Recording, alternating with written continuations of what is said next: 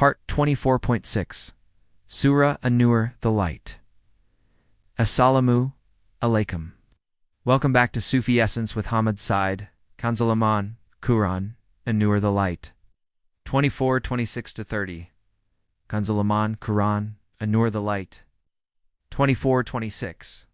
Corrupt women are for corrupt men, and corrupt men for corrupt women. And pure women are for pure men, and pure men for pure women. These are innocent of what they say. For them is forgiveness and an honorable sustenance. Concealing on Quran, An-Nur, the Light, 24:27. O believers, do not enter houses other than your own houses until you have asked permission and greeted the occupants of the house.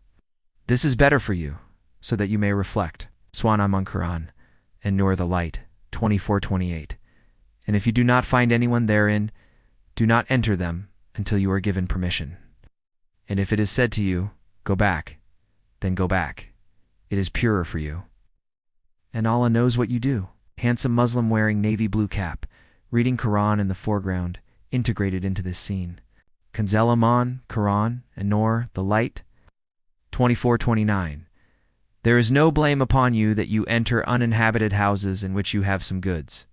And Allah knows what you disclose and what you hide. Kanzelaman, Quran, An-Nur, the Light, 24:30. Command the believing men to restrain their gaze and guard their private parts.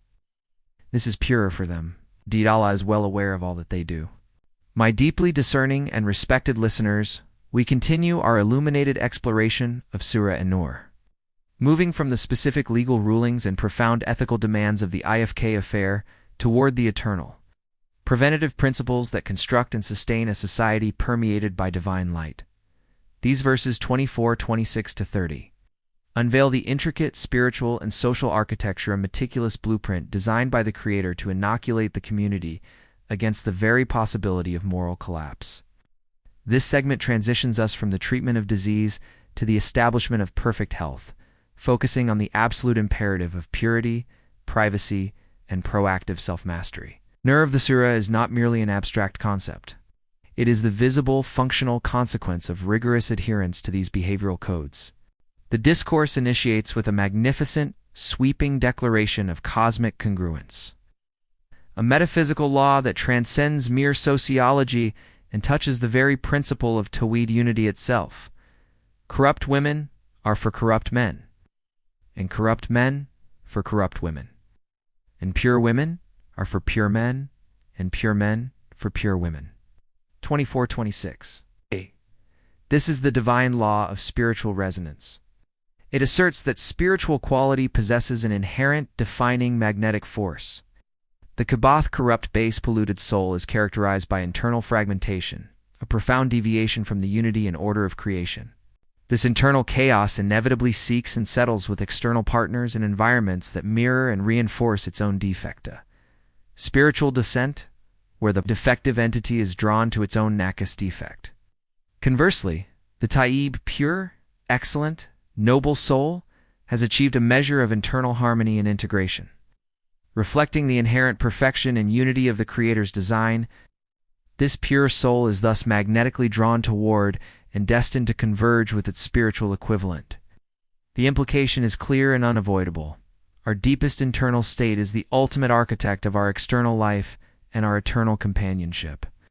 The failure to uphold the principle of purity leads inexorably to social fragmentation, mistrust, and the loss of divine favor.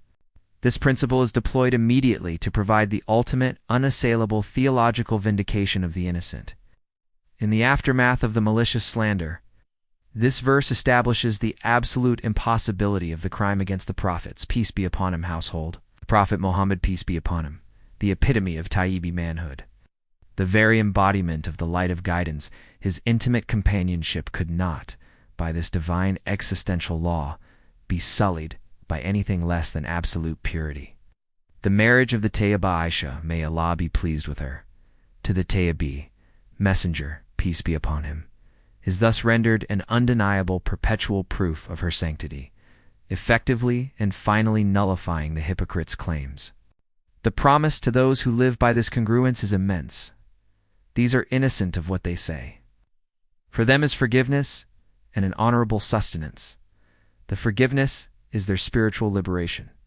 And the honorable sustenance, Rizqun Kareem, is the highest reward. This reward is existential in its depth. It encompasses the maintenance of a noble reputation, tranquility of spirit that no worldly trial can permanently disturb, the peace of a conscience rooted in truth, and ultimately the endless majestic provisions in favor of paradise. The Rizqun Kareem is the state of sublime contentment where the Tayyibi soul achieves its final and complete reflection of divine perfection. This verse serves as a perpetual incentive for the most rigorous practice of Tazkiyah el-Nafs, purification of the soul. The narrative then executes a seamless transition to the practical framework of social protection, introducing the law of Isti'dhan seeking permission as a divine mandate for inviolable privacy. O believers, do not enter houses other than your own houses until you have asked permission and greeted the occupants of the house. This is better for you, so that you may reflect. 24:27.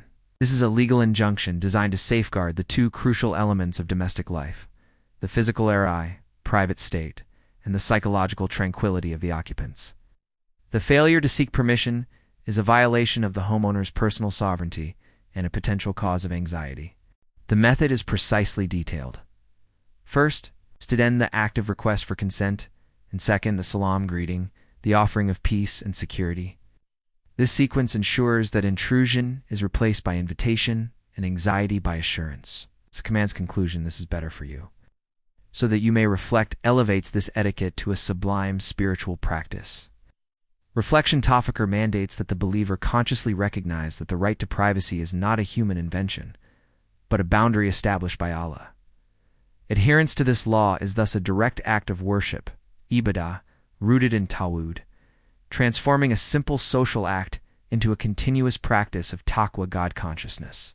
The spiritual refinement of this rule is powerfully demonstrated in the instruction on dignified compliance in verse 24:28. And if you do not find anyone therein, do not enter them until you are given permission. And if it is said to you, go back, then go back. It is purer for you. And Allah knows what you do. The first clause protects the rights of the absent, preventing the spiritual violation of tajassus, spying, or unwarranted investigation. The second part, and if it is said to you, go back, then go back, is a profound test of spiritual humility. The believer is commanded to suppress the immediate, wounded response of the ego, accepting the refusal without question, resentment, or stubborn curiosity. This act of immediate, humble withdrawal is declared to be purer for you as kalakam. It is purifying because it demands the annihilation of the ego's arrogance and the spiritual defect of entitlement. It cultivates hilm, forbearance, and toahu, humility, demonstrating that the believer values the purification of their own heart over the satisfaction of their personal desire or curiosity. This hidden spiritual struggle, fought at a closed doorway, is elevated to the rank of greater jihad. The closing assurance, and Allah knows what you do, confirms that this unseen act of submission is fully recognized, witnessed, and eternally rewarded by the Almighty, who rewards sincerity where no human eye can judge it. The structural wisdom of the law is highlighted by the necessary exception in verse 24:29. There is no blame upon you that you enter uninhabited houses in which you have some goods, and Allah knows what you disclose and what you hide. This provides the latitude necessary for legitimate public function. Uninhabited houses are interpreted by scholars as public premises, such as inns, shops, warehouses, or administrative buildings, places designed for general utility in which you have some goods. Since the sacred protection of private family Satr is not the primary issue in these locations, the strict rule of Isti'dhan is relaxed. This demonstrates the beautiful flexibility and practicality of the Sharia, which seeks to facilitate communal life while maintaining the integrity of the core principle. The verse concludes with the reminder that Allah knows every external disclosure and every internal hidden intention, demanding that the believer maintain impeccable ethics even when the letter of the law is accommodating. The entire sequence, from the principle of congruence to the discipline of entry, culminates in the most fundamental and vital command of personal discipline, which is the absolute prerequisite for receiving the light of the surah. Command the believing men to restrain their gaze and guard their private parts. this is purer for them. Indeed, Allah is well aware of all that they do. 24:30. This verse places the primary and ongoing responsibility for the spiritual and social health of the community squarely on the individual's self-mastery. The command to restrain their gaze, Ghadd al-basar, is the first, essential, and continuous act of jihad al-nafs. The eye functions as the primary conduit through which spiritual light is either conserved or catastrophically leaked. It is the messenger that takes the pollution of the external world and imprints it onto the sensitive mirror of the Qalb. Restraining the gaze is not a passive action.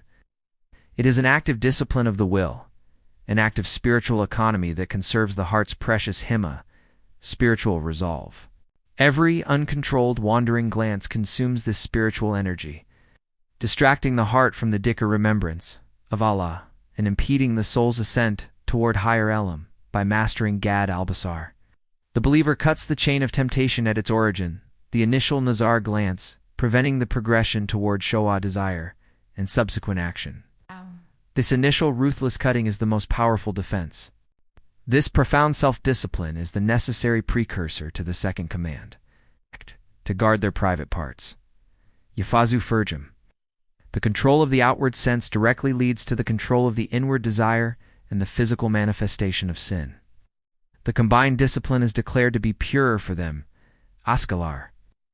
This is the key to tatska purification and the reception of the nur. The undisciplined gaze creates a spiritual film over the Qalb, diminishing its capacity to reflect and receive divine light, clouding its clarity, and preventing it from attaining khushu concentration. In worship, the restrained gaze, by contrast, acts as a cleanser, polishing the heart's mirror and making it brilliantly receptive to the light of the divine presence and the clarity of Kash. Spiritual unveiling. This internal cleansing is the ultimate defense mechanism. This verse, strategically placed before the command for female modesty, establishes that male spiritual accountability is the foundational bedrock upon which the entire structure of a chaste, secure, and illuminated society must be built. The final, awe-inspiring confirmation, indeed. Allah is well aware of all that they do, is the perpetual call to us in excellence. Confirming that this silent, continuous, and difficult struggle for inner purity is fully witnessed, accounted for, and eternally rewarded by the Almighty, ensuring that their work is a testament to the names of ArRahman and ArRaheem.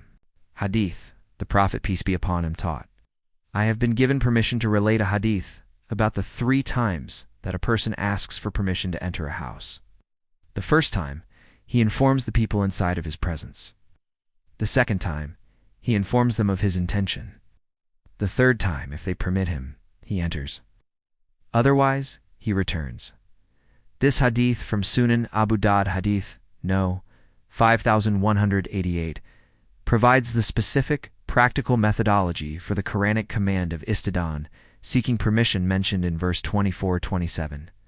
It establishes a clear 3-step process that safeguards the privacy of the occupants, prevents anxiety, and ensures the dignity of the visitor.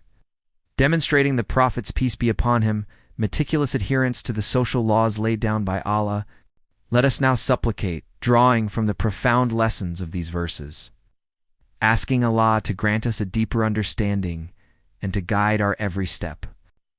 Dua, O Allah, the purest of the pure, illuminate our inner beings with the light of Tayyib, that we may attract only goodness and excellence into our lives. Instill in us the profound discipline of Isti'dhan, making us respectful guards of our brethren's privacy and dignity. Grant us the ultimate strength to master Ghadd al-basar, purifying our hearts from the messengers of temptation, O ArRahman. Make our humility in returning from a doorway a source of profound purification for our souls, O ArRaheem, and let our every action reflect the nobility and sincerity of our faith. May Allah illuminate your heart and mind with the light of this divine ill. May He make your channel a beacon of guidance for all who seek spiritual clarity and truth. May your efforts be a source of immense reward, and may you be granted the highest stations of paradise. May the peace and blessings of Allah always be upon you and your loved ones. May He grant you unwavering steadfastness on the path of truth, and may your work be a testament to His magnificent names, ArRahman and ArRaheem. Ameen.